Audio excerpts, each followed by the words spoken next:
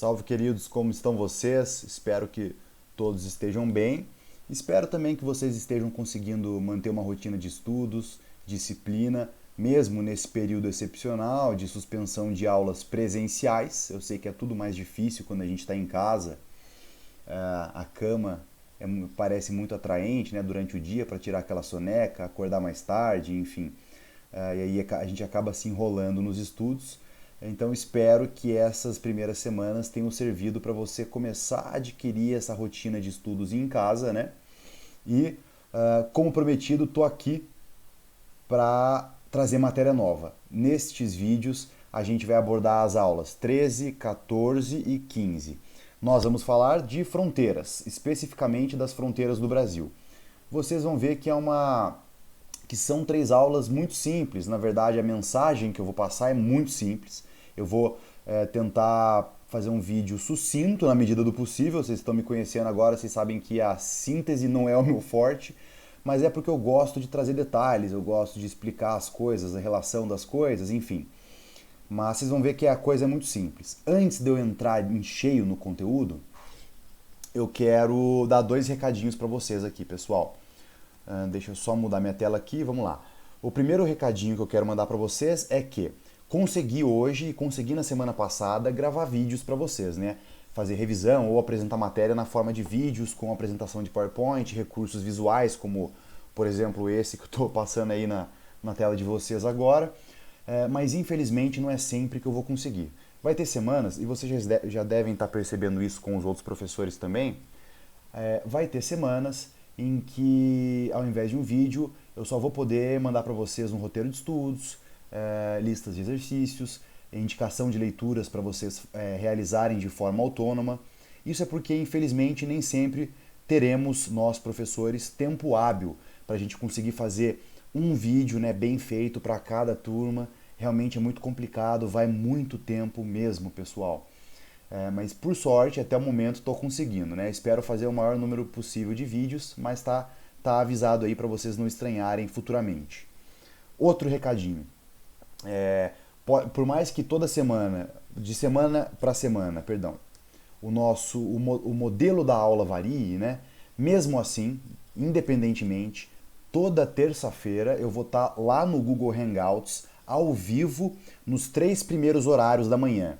Das 7 até, enfim, não sei de cabeça qual que é o terceiro horário, eu vou estar diretão lá, porque, né, a gente está seguindo o horário do primeiro B, como vocês devem estar sabendo, vocês receberam a mensagem da escola, né? Então eu vou estar lá ao vivaço esperando vocês para tirar as dúvidas tanto da semana passada quanto desta semana, beleza? Uma dica, cara, acorda cedo. Eu sei que não tá fácil, né? A rotina tá totalmente alterada, mas acorda cedo, porque eu tenho a expectativa, eu imagino que a sala vá ficar mais congestionada nos horários mais avançados. O pessoal vai acordar tarde, vai chegar lá todo ramelento, sentar na frente do computador para marcar presença, enfim, vai digitar as perguntas e quanto mais cheia a sala, menor é a chance de eu conseguir pescar a tua dúvida lá. Então, aparece cedo, aproveita. Depois você, enfim, dá uma descansada ou estuda outra coisa, beleza? Agora, queridos, a nossa aula de hoje, como eu falei, é uma aula sobre fronteiras do Brasil, é uma aula muito descritiva. Ela é basicamente isso. Mas eu quero trazer, para ficar mais interessante, uma dimensão filosófica para a nossa reflexão sobre fronteiras e também uma outra dimensão analítica. A filosófica eu vou jogar agora, é quase uma dimensão poética, né? Sim, tô me achando aqui na minha colocação, mas assim, eu preparei um textinho aqui para vocês para tentar introduzir a nossa reflexão sobre as fronteiras. A parte analítica eu vou jogar para o finalzinho da aula, tá bom? Mas nesse primeiro momento, eu quero que essas imagens que estão passando nas nossas telas sirvam de plano de fundo para vocês escutarem a seguinte reflexão que eu fiz agora, preparando a aula para vocês. As fronteiras, visíveis ou invisíveis, demarcam limites, divisas, separações. No primeiro momento, são forças que afastam. As fronteiras categorizam. Sou nativo ou sou estrangeiro? Sou brasileiro ou sou argentino, paraguaio, uruguaio? Sou daqui ou não sou? As fronteiras estão por toda parte. Muros, cercas, catracas, portões, mas também ingressos, bilhetes, convites, diplomas, documentos. Mas são as fronteiras políticas entre estados que mais nos impactam. Elas, as fronteiras políticas, organizam politicamente o espaço geográfico mundial. São frutos de guerras, extorsões, expoliação, mas também de negociação e de compra. O maior poder concebível na modernidade era justamente o Estado soberano em seu território, dentro da sua jurisdição, isso é, das suas fronteiras. O Estado decide o que é legal e o que é ilegal, e quem é inocente e quem é culpado. O Estado julga, prende, bate, mata alguns. Ele também presenteia, privilegia e protege outros. Hoje, no século XXI, muitos se questionam: o poder estatal ainda é soberano? Ou existem poderes maiores nas formas das grandes transnacionais, dos grandes bancos? Essa não vai ser a nossa grande pergunta da aula, apesar de uma pergunta muito pertinente. Aqui, neste vídeo, eu vou me concentrar em descrever e analisar a linha imaginária, claro, mas por vezes muito concreta, que define o que é o Brasil, sem o qual não sou brasileiro. Então, pessoal, esse texto que eu preparei é como um temperinho numa aula que é meramente descritiva, né? E essas imagens eu não escolhi à toa. É de um vídeo chamado Orbit. Nossa, que sotaque horrível.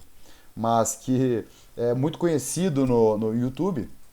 É um vídeo com milhões de visualizações, muito bacana, feito com fotografias da Estação Espacial Internacional. E repara que ao longo desse tempo a gente passou por vastos trechos de terra, né? E apesar da gente não ter visualizado, observado fronteiras, certamente a gente passou por algumas fronteiras. Essas fronteiras invisíveis, mas que geram consequências muito concretas. Esse é o temperinho que eu quis jogar nessa aula, que vai se dar da seguinte maneira. Primeiro eu vou falar das fronteiras terrestres do Brasil, depois das marítimas, e aí, após isso, eu vou dispensar o pessoal aqui no próprio vídeo, né? Dispensar quem se contentou, quem já viu o básico, e eu vou deixar nesse último slide aí de dilemas fronteiriços atuais, só quem está curioso, quem realmente quer saber a minha reflexão a respeito do assunto, beleza? Então é o seguinte, galera, todas as minhas aulas, não só essa, todas, eu gosto de formular algumas perguntas centrais. São aquelas perguntas elementares, fundamentais. Aquilo que você tem que conseguir responder ao final da aula. É o básico do básico. Então, nesta aula, eu fiz essas 5 perguntas elementares. Até o final, o meu objetivo é que você consiga responder elas. E você, pegando essas perguntas e se balizando por elas, é uma forma de você organizar o seu estudo, de você filtrar o que é o argumento principal do professor ou do livro e o que eu posso, não sei se eliminar é a palavra correta, né? Mas o que eu posso passar mais rapidamente, batido, o que eu não preciso me ater com a mesma concentração. Perguntas. O que é a zona de fronteira brasileira? Olha o termo, zona de fronteira. Por que essa zona é estratégica? O que é uma cidade gêmea? O que acontece com a soberania de um país ao longo da sua fronteira marítima? E o que é a Amazônia Azul? Pergunta simples, que eu vou responder com vocês agora. Quero só pedir uma ajuda para vocês. Se em alguma aula no futuro eu me esquecer de mandar essas perguntas, que servem como tipo um checklist do que você aprendeu e que não aprendeu da aula, me lembrem. É um exercício muito bom, muito útil, de formular juntamente com vocês quais são as perguntas mais relevantes de uma aula, de um capítulo, entendeu? Então me lembrem se porventura eu esquecer. Vamos responder essas questões então. Começando com a primeira ali, obviamente, né, sobre a zona ou faixa de fronteira. Então, quando a gente fala sobre a fronteira brasileira, a gente não está falando apenas sobre a linha divisória que separa o Brasil dos países vizinhos. Não é a linha, na verdade, que importa, mas sim a faixa fronteiriça. E isso, atualmente está regulado por essa lei aí, ó, 6.634, que foi assinada por João Figueiredo, um dos nossos presidentes militares da ditadura, em 79.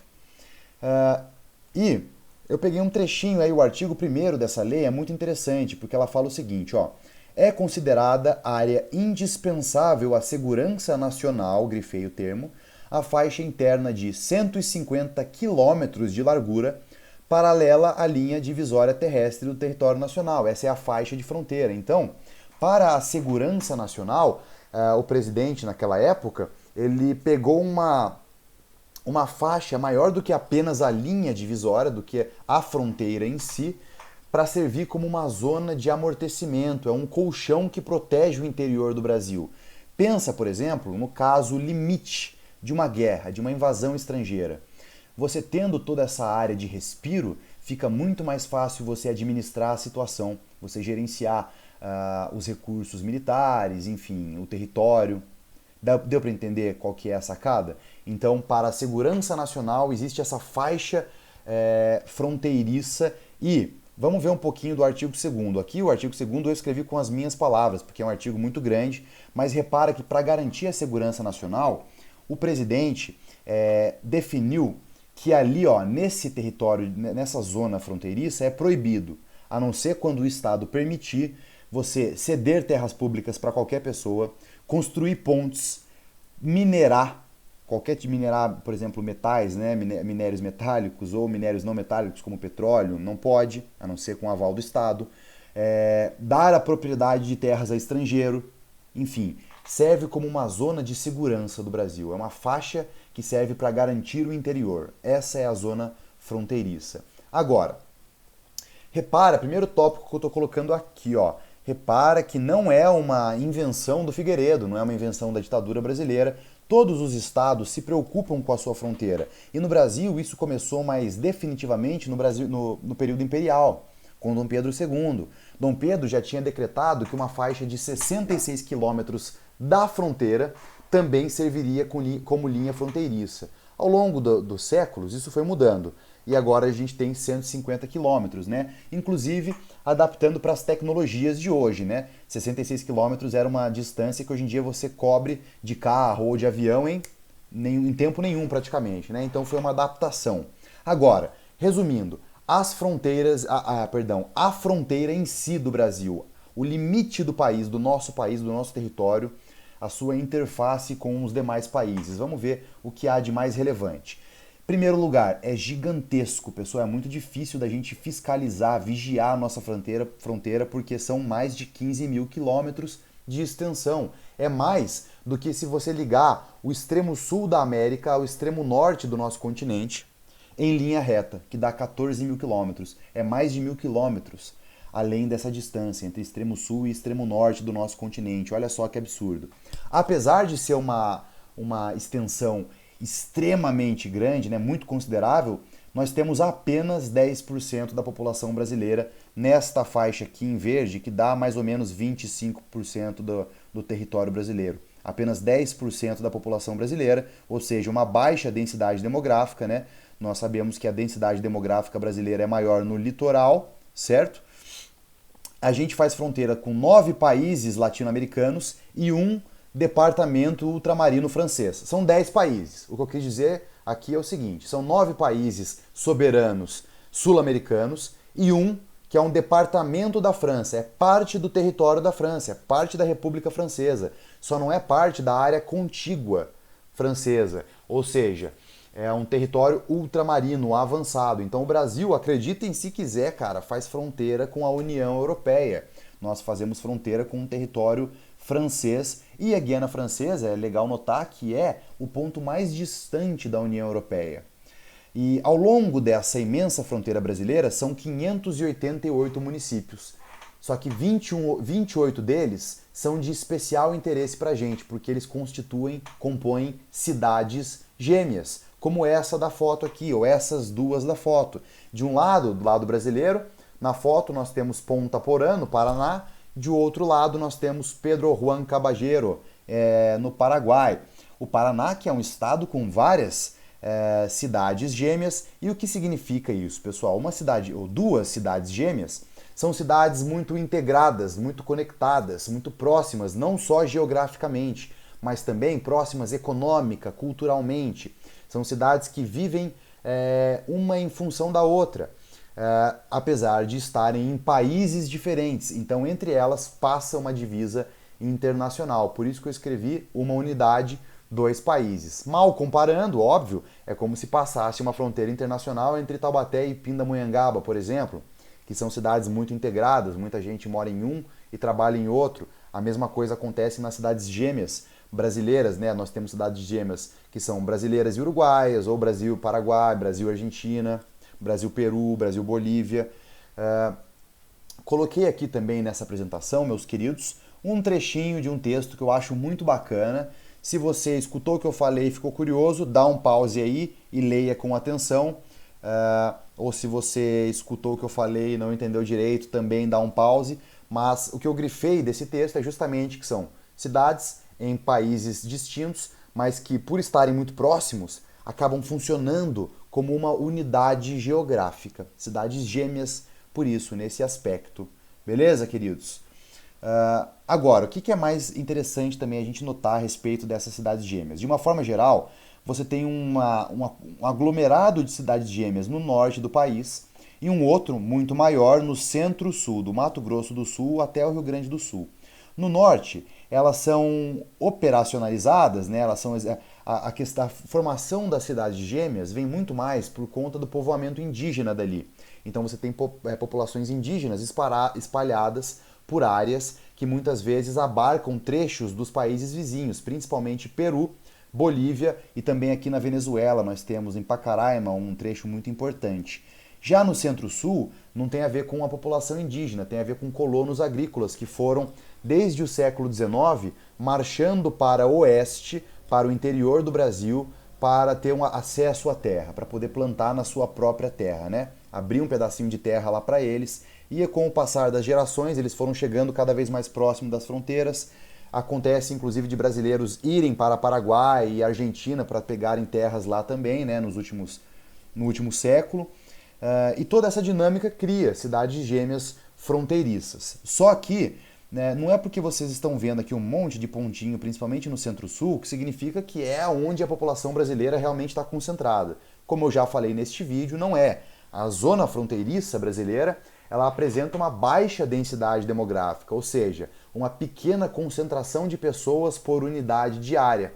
E isso, meus queridos, somado ao fato de você ter integração entre os países, rodovias, ferrovias, etc., facilita comércio ilícito, atividades ilícitas, tráfico de drogas, migração ilegal, tráfico de armas, até atividade madeireira ilegal, extração, extrativismo vegetal ilegal para um país ou para o outro. E outro ingrediente que facilita muito o comércio ilícito é lembrar que aqui no norte nós temos a Amazônia, o colosso amazônico, né, a maior floresta equatorial do planeta. E aqui embaixo também nós temos trechos de formação florestal, no Pantanal principalmente, né, o que faz com que a fronteira seja difícil de ser fiscalizada. E por isso o Estado está sempre muito presente ali, presente para integrar o território, isso é, fazer com que o Brasil funcione como uma unidade, não fazer com que cada região tenha a sua lógica própria, né? O Estado, a federação vai lá para orquestrar tudo, mas também para fiscalizar justamente contra o comércio ilícito, o tráfico, enfim, atividades ilícitas, e defender a soberania do Estado brasileiro no território brasileiro contra possíveis ameaças estrangeiras. Não é porque a gente não está sentindo nenhuma ameaça nesse momento que elas não existam, nunca vão existir, né? Por isso que o Estado está em constante presença ali nas fronteiras. Agora, já que estamos falando de fiscalização, o foco, não só na apostila, via de regra, pessoal, na geografia do ensino médio, ele cai mesmo sobre dois programas, duas políticas públicas do Estado brasileiro especiais que se focam na fronteira amazônica. Porque a fronteira amazônica é a mais porosa, é a mais difícil de ser fiscalizada por conta simplesmente da mata, da imensa floresta amazônica. E os rios amazônicos funcionam como grandes vias de fluxo de pessoas, de dinheiro, enfim. Então o Estado tem que estar lá para controlar, né? É da natureza do Estado controlar fluxos nas suas fronteiras e no seu território. Então, dois projetos que vale a pena eu comentar aqui, aqui eu vou comentar só oralmente, qualquer coisa você para e anota no caderno, tá bom? O primeiro é o projeto Calha Norte, E como vocês podem ver, ó, aqui é a área de abrangência dele. Calha como se fosse assim, ó, a extremidade norte, né? A parte superior do país, do nosso território. E esse projeto é um projeto do governo federal com as Forças Armadas e ele tem como objetivo levar dinheiro, investimento, financiamento para que as Forças Armadas e os governos dos estados da Calha Norte consigam fiscalizar de fato, ter gente nas fronteiras, ter veículos, ter barcos nos rios, os rios são importantíssimos na Amazônia, helicópteros e o uso de tecnologia também. O projeto Calha Norte ele foi começado em 1985 e ele prossegue. Agora, falei de tecnologia na fiscalização das fronteiras, né? E por falar de tecnologia, aí a gente pula para o CIVAM, Sistema de Vigilância da Amazônia, que é um outro projeto que foi começado um pouco depois do Calha Norte. E esse emprega bastante tecnologia. Então o Calha Norte é um projeto de você levar o dinheiro para os governos estaduais e para o Exército para ele operar, para ele fazer as operações em terra ou nos rios como é necessário. O CIVAM, que é o da direita que vocês estão vendo aí, é um sistema integrado, informatizado, que usa sensoriamento remoto. Quando eu falo em sensoriamento remoto, vocês pensam em quê? Satélites, beleza? Então, imagens de satélite. Infelizmente, a maioria dos satélites são gringos, são estrangeiros, principalmente norte-americanos, e a gente tem que pagar pelo seu uso. É um preço que a gente paga pelo nosso subdesenvolvimento tecnológico. Mas além dos satélites, no CIVAM também utilizamos veículos aéreos, principalmente não tripulados, veículos tipo drones, que passam e ajudam na fiscalização da densa floresta amazônica. Certo? Simples assim. Agora, e as fronteiras marítimas? As fronteiras marítimas, para a gente entender elas é o seguinte, pessoal. Se você abrir, ó, presta atenção no que eu vou te falar agora. Se você abrir o seu caderno do aluno, lá sua apostila, você vai ver que nas aulas 14 e 15, que é sobre fronteiras marítimas, tem uma série de definições conceituais jurídicas. Jurídicas, quando eu falo de jurídica, é do mundo legal, do mundo do direito. E olha, não leva a mão não, eu vou falar sobre essas definições, eu vou explicar tintim por tintim para vocês agora. Mas, lembra das perguntas essenciais lá do começo? A pergunta essencial sobre as fronteiras marítimas são duas, ó. O que acontece com a soberania do Estado ao longo da sua fronteira marítima? Então, mais importante do que saber o que é cada um dos conceitos que eu vou falar, é conseguir responder a minha pergunta elementar, sacou? E a outra pergunta elementar é o que é a Amazônia Azul, que a gente vai falar já já. Então, para falar de fronteiras marítimas, a gente inevitavelmente remete a uma convenção chamada Convenção das Nações Unidas sobre o Direito do Mar. É um acordo entre os países que define até onde vai a soberania de um país, o poder daquele estado no oceano. Então, se o seu país, não importa que país seja, ele tem um litoral, até onde vai a parte do oceano que é daquele país. Beleza? Vale lembrar que nem todos os países assinaram a Convenção das Nações Unidas sobre o Direito do Mar, mas o Brasil é signatário, a maioria dos países é signatário. Então, esse é um documento muito válido. Desde 82, né, ao longo dos anos 90, ele foi sendo implementado e ele traz as seguintes definições que eu vou explicar para vocês. Antes, só repara o seguinte. Essas definições vêm como milhas náuticas, que é uma unidade de medida de distância, né, que a gente usa no mar. Quando eu falar de uma milha náutica, eu estou falando de 1,8 quilômetros. 1,8 quilômetro você pode aproximar na sua cabeça para 2 quilômetros, beleza? Funciona bem. Então vamos lá. Essa Convenção das Nações Unidas, ela faz a seguinte distinção. Entre o litoral e o oceano aberto, as águas internacionais, você vai ter mar territorial em primeiro lugar, zona contígua em segundo lugar, zona econômica exclusiva em terceiro lugar e plataforma continental jurídica em quarto lugar. Entendeu? Você tem uma gradação, uma diferenciação conforme você vai se afastando do litoral do país.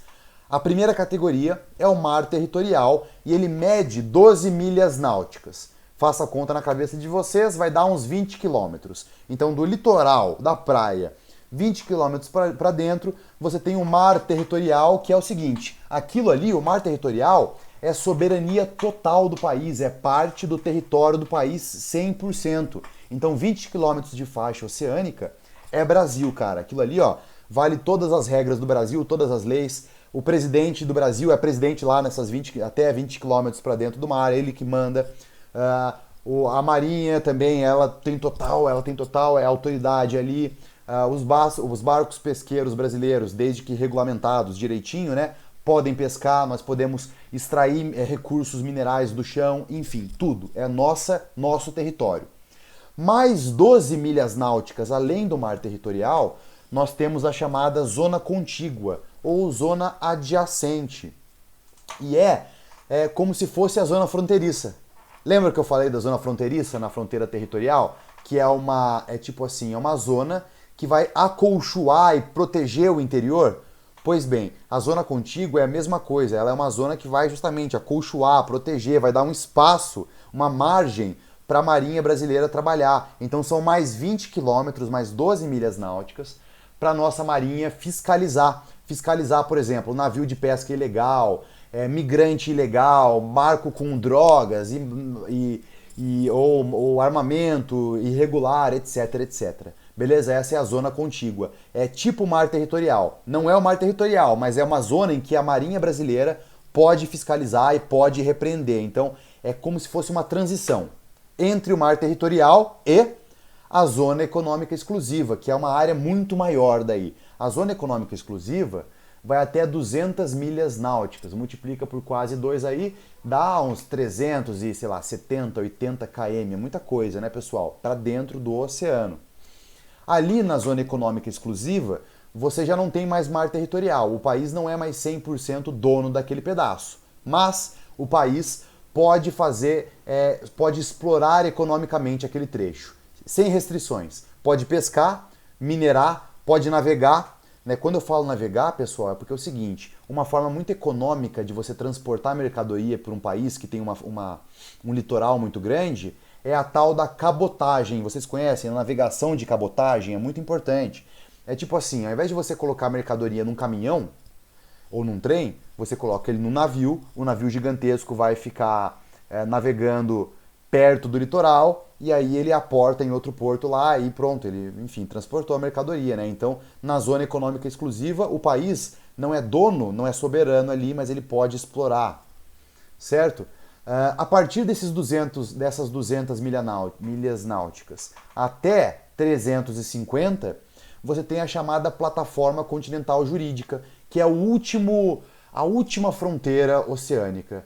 O país, ele já não, óbvio, ele está longe de ser soberano ali. Só que ali ele ainda tem algum direito, que é o direito de explorar o leito, que é o solo oceânico, que a gente chama de assoalho oceânico, e o subsolo.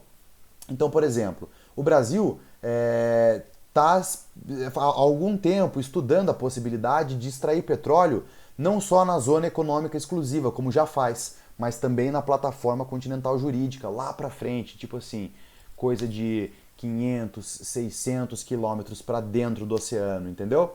Ali a gente pode explorar o leito e o subsolo, mas obviamente não é nosso território, beleza? Uma coisinha que é legal falar aqui. Tá vendo o nome plataforma jurídica? Plataforma continental jurídica. Por que esse jurídica, pessoal? Porque o termo plataforma continental, que a gente aprende lá no 6º ano do fundamental e vai aprender de novo agora no médio em geomorfologia, é o nome que a gente dá ao início do oceano.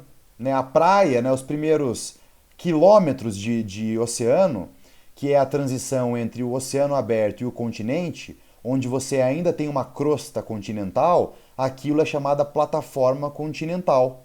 Mas não confunda, tá bom? Quando eu falar de fronteira marítima, eu estou falando de plataforma continental jurídica, que é um termo mais amplo. Ele pega a plataforma continental, mais o talude e mais a elevação. Ou seja, ele está falando de 500, 600 quilômetros para dentro do alto mar, para dentro do oceano, correto? Agora, então voltando aqui, respondendo aquela pergunta, o que acontece com a soberania do país na fronteira marítima?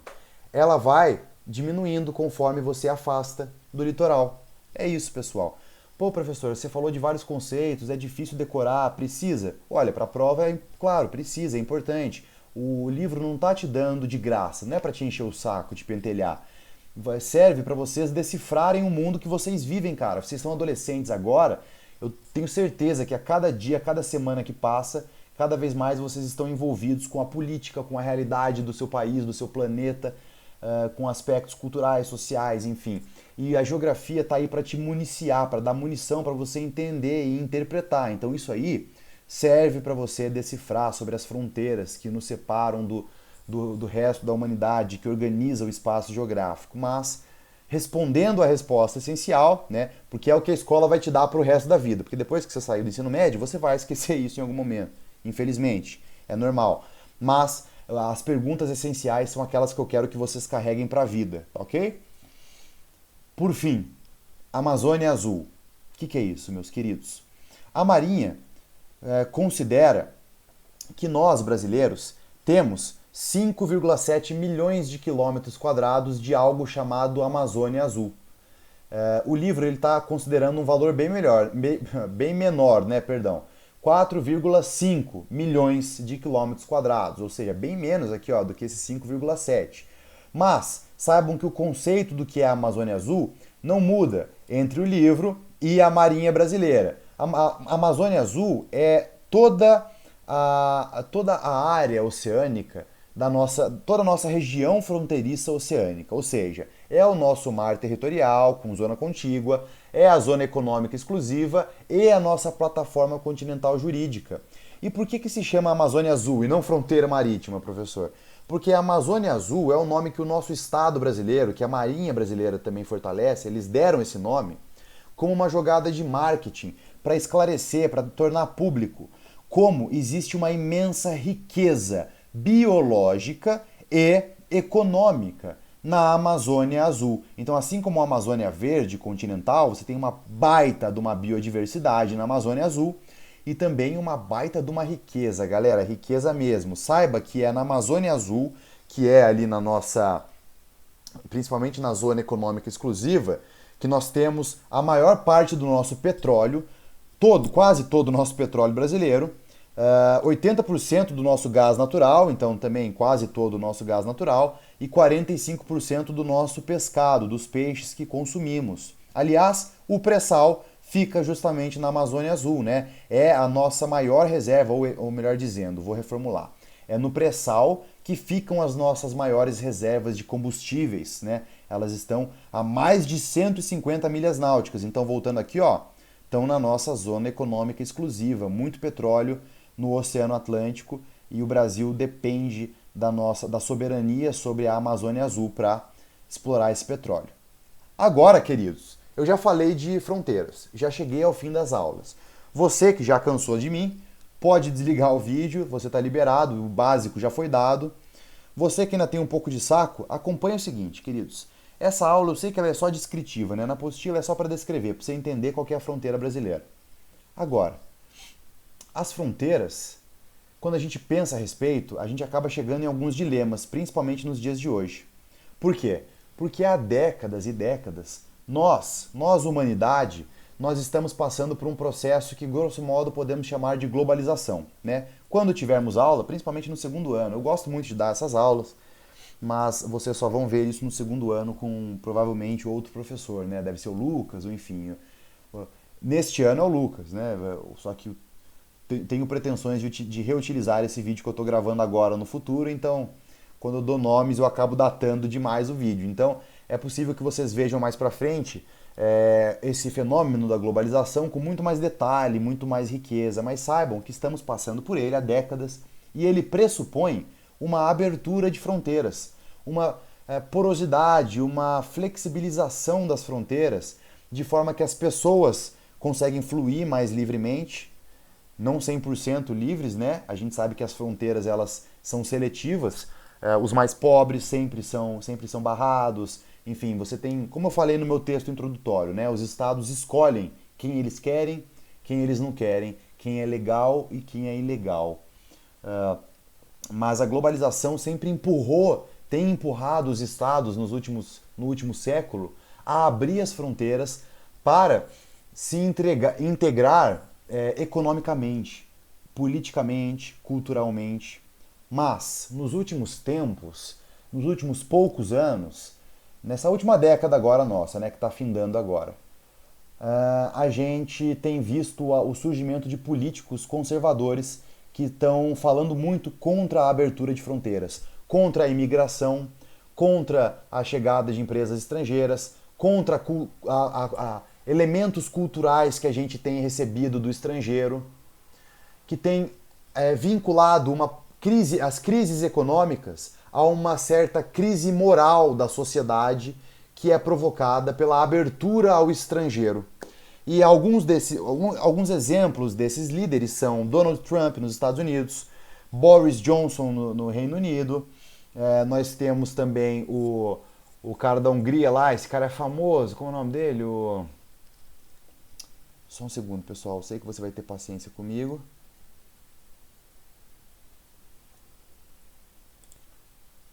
Lembrei, antes mesmo de eu abrir aqui o Google, o Viktor Orbán. Mas tem vários. Se eu der um Google aqui realmente em lideranças conservadoras, vão aparecer vários nomes que foram recém-eleitos, né? Principalmente na Europa, muitos também na América Latina. E eles têm pressionado justamente pelo fechamento das fronteiras, né? Olha a promessa de campanha do Trump, de não erguer porque o muro já existe, né? Mas de fortalecer e ampliar o muro que divide Estados Unidos e México. Lembrando que entre Estados Unidos e Canadá, por exemplo, não há fronteira, não há muro nenhum, né? Mas enfim, olha só o ideário, a ideologia que impulsionou Donald Trump ao poder. E aí, a gente tem esse embate, fronteiras abertas ou fronteiras fechadas, o que é melhor para o nosso futuro, para a humanidade. E no meio disso tudo, nós temos manchetes como essas aqui dos últimos dias, queridos. Governo brasileiro fecha fronteiras aéreas, as terrestres também, a estrangeiros de todas as nacionalidades. Por quê? Para conter a pandemia de coronavírus. Faz sentido, claro, faz sentido, mas é um caldo, é um ingrediente a mais nesse caldo. Outro, Europa tenta salvar décadas de integração com a União Europeia, que vocês vão ver melhor também mais adiante no ensino médio, conforme o coronavírus fecha fronteiras. Então os dilemas, ou o dilema que eu quero apresentar para vocês é: depois de décadas de globalização e abertura de fronteiras, aumento das trocas culturais, econômicas, será que nós estamos vivendo um processo de fechamento das fronteiras, de protecionismo, de restrição, de fechamento, nós estamos nos tornando ensimesmados? Será que isso é bom? Será que isso é ruim? Eu não vou dar respostas, né? O mais relevante são as perguntas. Eu quero apresentar para vocês essa grande pergunta da geografia política que vai nortear o pensamento nosso pelos próximos anos. Tá bom, meus queridos? Essa foi a aula de hoje. Espero ter sido claro, espero ter ajudado vocês. Foram as aulas 13, 14 e 15, beleza? Qualquer dúvida, estarei online no Google Hangouts. Um forte abraço e até a próxima.